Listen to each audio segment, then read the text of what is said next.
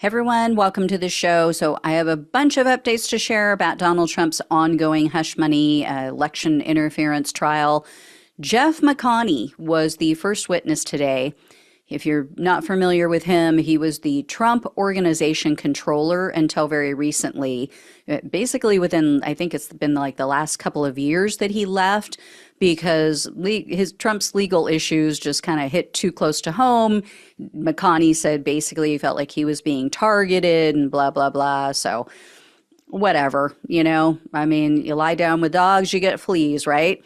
So, as you would imagine, McConney was asked about the checks that were issued to then Trump attorney and fixer Michael Cohen.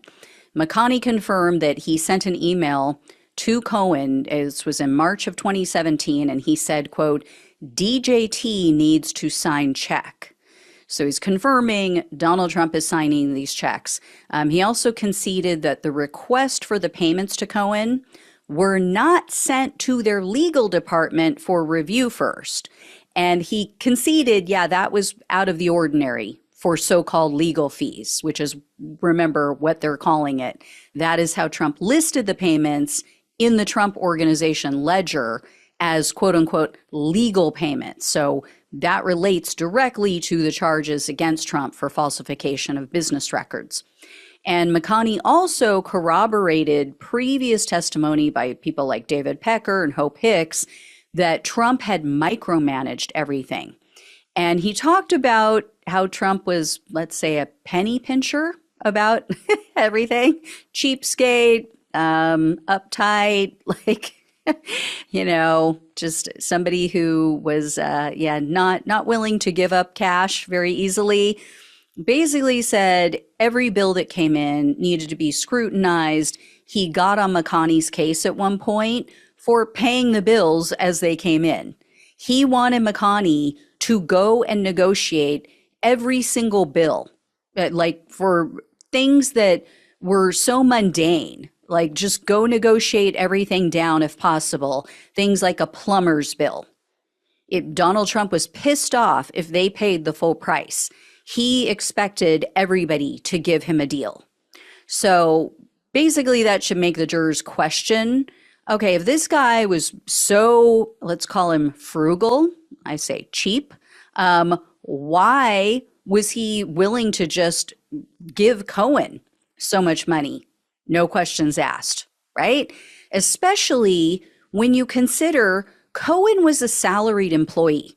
Cohen at that time was the in-house counsel for the Trump Organization.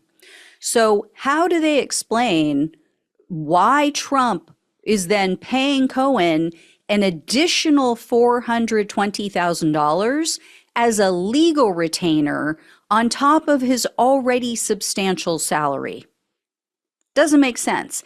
And what came up in court today was, unlike Cohen's salary, most of this extra money was coming out of Trump's personal account.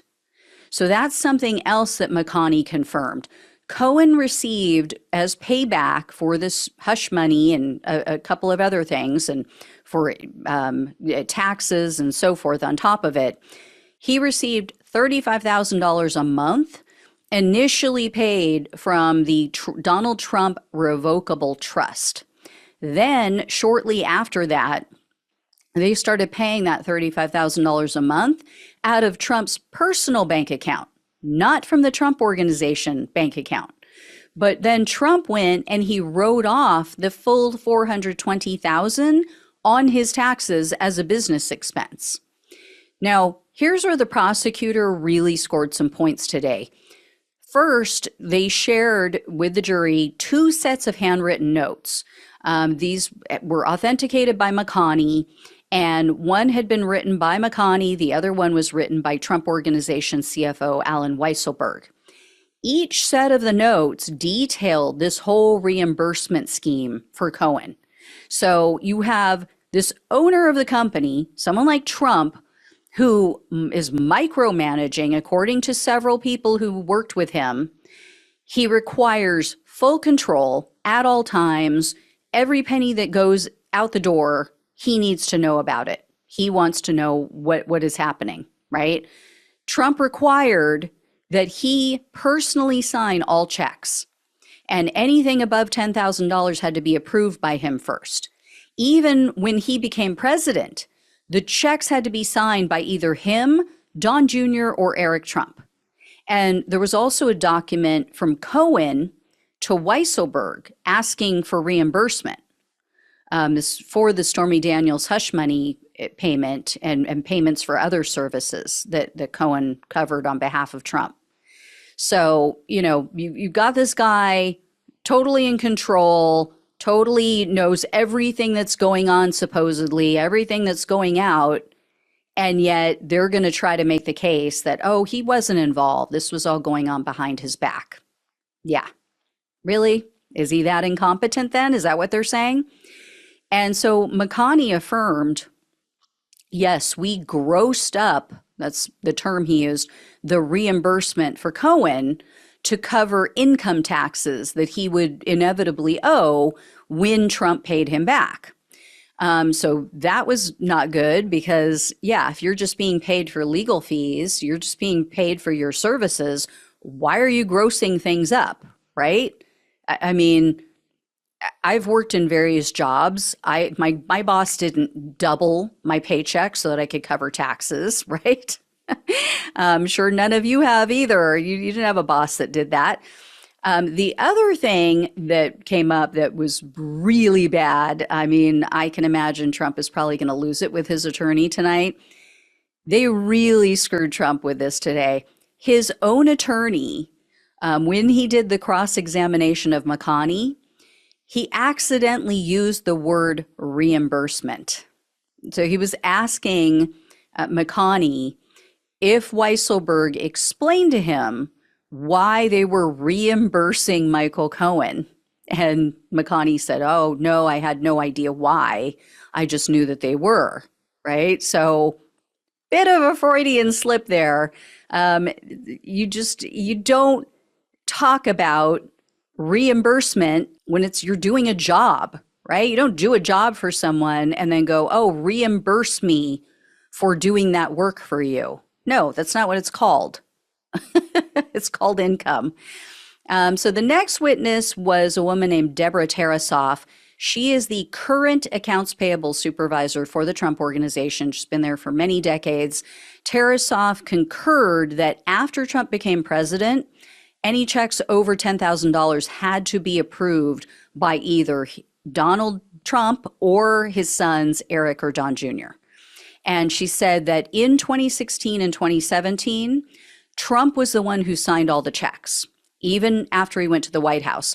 Tarasoff explained that she knew that it was Trump who was signing them because they had his, very well-known signature that was in Sharpie, the scribble that he does. And then the prosecutor also asked Tarasoff, have you ever witnessed Trump refuse to sign a check? Like, had Weisselberg ever taken a check to him, put it in front of him, and Trump said, no, I'm not signing it? And she said, yes. She said he would write void on it and he would refuse. Like, if he did not agree with the charges, he didn't want to pay that much, he was paying attention. So that corroborates the fact that Trump was reviewing everything that was put in front of him. He wasn't just this figurehead signing things without paying attention, without knowing what they were, as his defense team is trying to say. And then Tarasoff also confirmed that after Trump became president, the checks would be mailed to him or couriered to him to the White House, and then he would have to sign them and send them back. That was, I should say, if they were being paid from his personal account. The other ones went through his sons. And as we all know, he signed several of these checks to Cohen while he was the sitting president.